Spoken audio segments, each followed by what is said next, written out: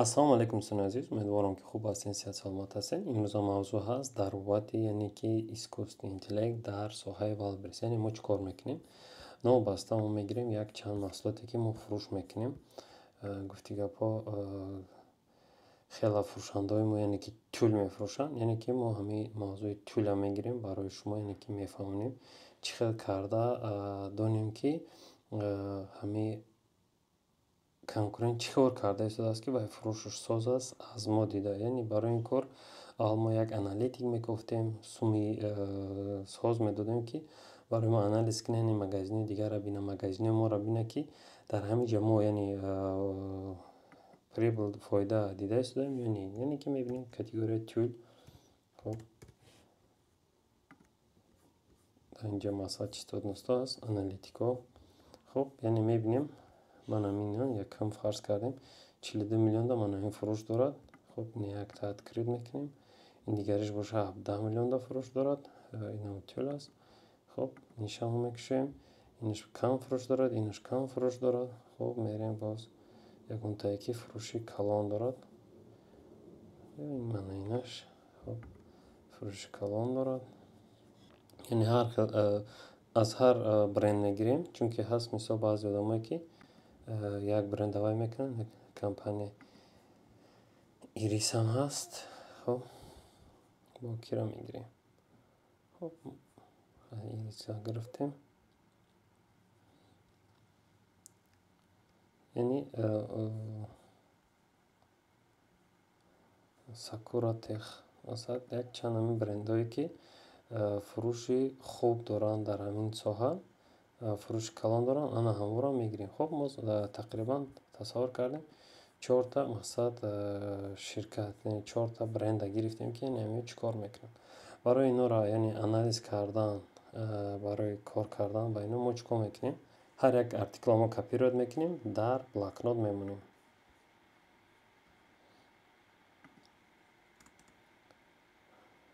Хоб яъне медроем мақсад ман омода кардем ва медроем дохили карточка медроем танҳо артикл, яъне ссилка лозим нест. Артикла ки яъне ман ҳаминҷо копировать мекунем ва дохили блокнота мемонем. Инҷо менависем проект тӯл.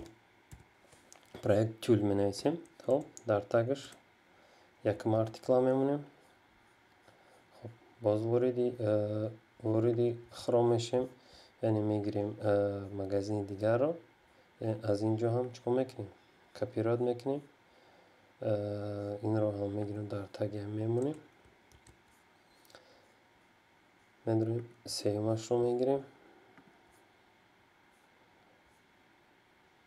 Сеюмашро мегирем. Инашам дар таги ҳамин мемонем. Хоб медроем чорумашро ҳам мебинем. Чорумашро ҳам мақсад мегирем. Яъне баъзеш контенти хушро доранд, баъзеш вай доранд. Ба ҳамин хотир аз рӯи контентам дидем баъзеш суратҳошон хуб нест, вайашон хуб нест, не ки савдо доранд. Яъне ҳамино чӣ преимущества доранд, мо намедонем. Мисол барои ҳар яктеро ман отдельно анализ кунам, хеле вақти ман меравад. Аммо яъне ки ман ҳозир 4 артикли бегонаро гирифтам. Ана акнун медром артикли яке аз борҳои яке аз бародароро мегирам, яъне брендша ки мо аз ёд медонам, номи брендша менависам. Хоб яъне дар ин ҷо менависем бренди шахсе ки мо мақсад вай мекунем. Яъне одаме ки мо қатиш вай мекунем. Ваён тӯл мефурӯшанд, яъне дар омада тӯлои вайро мебинем ки барои чӣ тӯли ин мақсад пасравнени дигар борҳо чӣ фурӯш намешавад. Хоб яъне ҳаминро чӣ кор мекунем? Сверка мекунем. Фарз кардем ман ҳамин фурӯш надорад, танҳо тӯлаш. Медроем дохили тӯл, артиклша копировать мекунем. Хоб ана вақте копировать мекунем, дар ин ҷо ҳам мемонем. Ин камтар пойинтар монем ки инҷо нависем ки для анализа, для сравнения, for testing. Яъне ман вақте менависем мемонем ки бидонем ки яъне мо чӣ кор кардамон дар кор. Яъне мо чӣ кор мекунем? Баъд аз ин яъне вориди искусствии интеллект мешавем. искусственный интеллекте ки барои мо чӣ дар кор аст. Мо намин як новиро создод мекунем, яъне як саҳифаи нав создод мекунем. Дар инҷа мо яъне дар бораи фарз кардем як чанд моментро эксперимент кардаги ҳастем. ҳозир уже корбор дигар меша. Проект тул менависем. Дар инҷа менависем проект тул. хуб дар инҷа аввал мемонем, яъне ки мо якам искусственный интеллекта азада чӣ кардем ки дар бораи тул уже фикр кунад, яъне фикраш дар бораи тул бошад. хуб вақте ки мо уже азада чӣ кардем, яъне дар инҷа камтар анализ мекунад. баъди анализ яъне мо дальше мерем. яъне барои мо ин чате ки дар инҷа барои мо кӯмак мерасонад ном дорад Perplexity. як чанд муддат вақт мегирад, яъне ки яъне ҳама идеяро барои мо дод. Проект чӣ кор кардن дар кор, чӣ хеле кардن дар кор, ниже готов шаблон проекту от замеров и расчёт. ҳамаи расчётҳоро чӣ хел расчёт гирифтан дар кор, ширина ва дигар, яъне ҳамаро ба воситаи формула барои мо чӣ карда дод. акнун мо дар инҷа инро азада чӣ мекунем ки ты как специалист, ты как менеджер по маркетплейсу анализируй эти артикулы на Wildberries и сравни с ними, что не хватает на карточку, чтобы продавать. Так, мы менависем, яъне дохили вай мешем. дар инҷа яъне артикулое ки мо копират карда будем, тайёр монда будем аз конкурентҳо, яъне дар ҳамин ҷое ки артикула ҳаст, хуб яъне дар инҷа вставид мекунем ва дар охир артикули худамона, яъне ки ман ҳамин артикуле ки мо худмон дорем, яъне ҳамиро мегирем дар охир вставид мекунем. так мемо карточка мисол дар инҷа мемонем сравнениша, яъне ки дар инҷа рӯи мода мо яъне ҳамаин текста бо копирот мекунем, бо дар дигар задача мефаҳмонем ки чӣ кор карда мешавад. хуб яъне дар инҷа сар метем, яъне барои мо анализ мекунем. яъне анализ як муддати муайян вақт мегирад, 5-8 минут мақсад. яъне ин барнома қатъи аз рӯзе ки ман кор мекунам барои глубокий анализ, яъне то 8 дақиқара вақта мегирад анализ кунад. аз 8 дақиқа як гумон надорам ки зиёд вай кунад. хуб оғози анализ кунам, мо мебинем.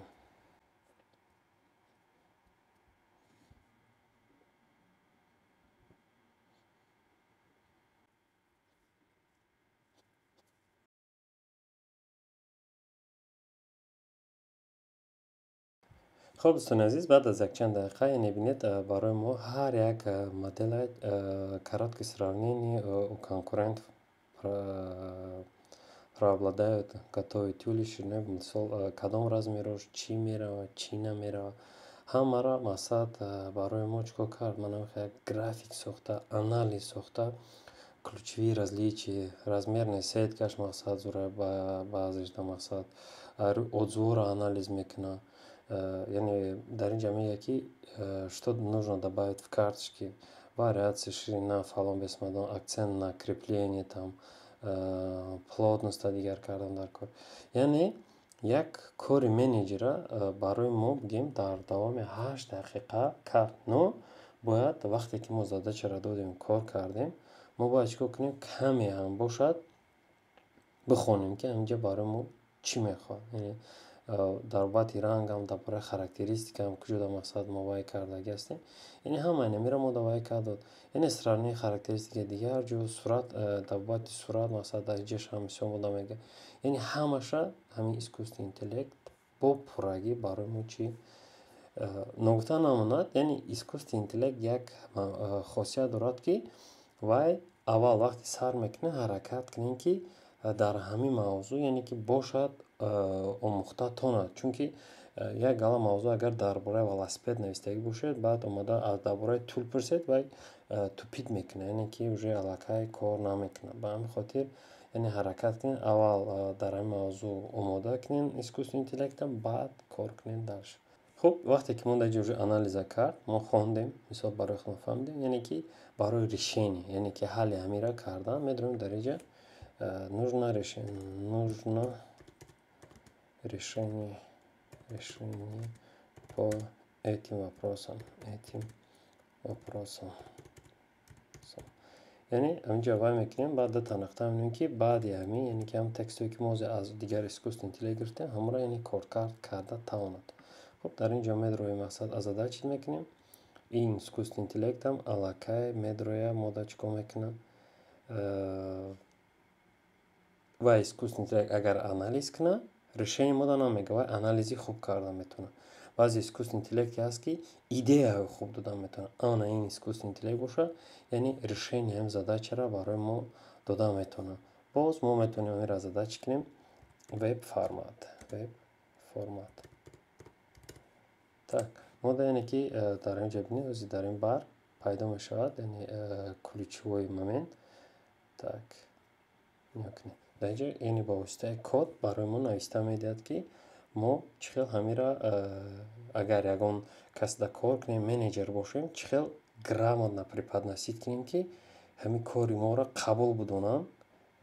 ببینید چخیل یک راحت هست یعنی اینفورماسیون را چوتکا وب کرده یعنی خوش رو کرده با ما میدهد. خب یعنی وب کرده داد یعنی همین کارتایی که شما لازم است که یا اون کسی نشان دهید یعنی ببینید در اینجا جای ساخت ما میتونیم وایش میکنیم دانلود یعنی که загрузитش میکنیم در کامپیوتر خودمان برای دیدن مفصل تر میداریم داخلی مثلا داکومنتی پاپکا رقمی 1 داکومنتی خب میداریم در اینجا.